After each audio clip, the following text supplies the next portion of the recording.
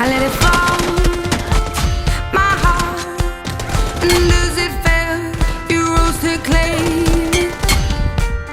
It was dark, and I was over, until you kissed my lips and you saved me. My hands, they were strong, but my knees were far too weak to stand in your arms without falling to your feet. But there's a side to you that I never knew all the things you say that were never true, and the games you play, you would always win. Assalomu alaykum bola, sizlar bilan yana 10x top. Sizlar so'radinglar, men chiqardim. Yana tur obnovleniyada zalitni kuchaytirish videosi. Hali hech kimda zalit yaxshi emas, 1-2 haftada o'ziga kelib qoladi. Kanalga obuna bo'lib, like, komment yozib, badesh yiqib tursanglar, bundan da yaxshi kanallar hali oldinda. Takbola 4-obnovleniyadagi nastroykalarim o'zingizlarga qarab, telefoningizdan ko'rib moslashtirib olishinglar mumkin.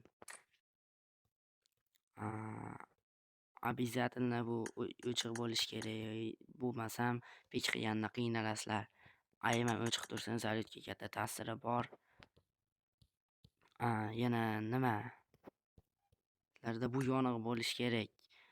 Antidemik kirganinglarda o'chirib qo'yasizlar, leviklarda klassik o'ynaganinglarda yoqib qo'ysanglar, juda katta foydasi bor.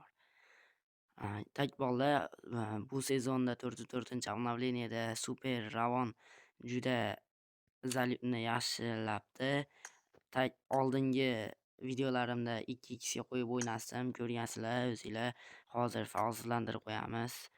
Qolgan nastroykalarni o'zimizga o'xshatib qolasizlar. Agarda jo'stinglarda muammo bo'lsa, mana yuguradiganni o'chirib qo'yasizlar bolalar. Bo'ldi shu. 4-obnovleniyada ancha zalit tushgan. Shu sababli hozir ko'rsatib o'tgan nastroykalarim 30-40% yordam beradi. Oldingi o'yinlarimda 10-15 ta, bitta o'yinda 10-15 ta headshot tegsa, hozirgi o'yinlarimda 7 ta 8 ta headshot tegadi. Har sezon kelganda zalitni olib tashab, taxminan 1-2 haftadan keyin yaxshilab qo'yadi. Bolalar, video foydali bo'lgan bo'lsa, obuna va like'larni bosib turinglar. Bundan yaxshi kontentlar hali oldinda.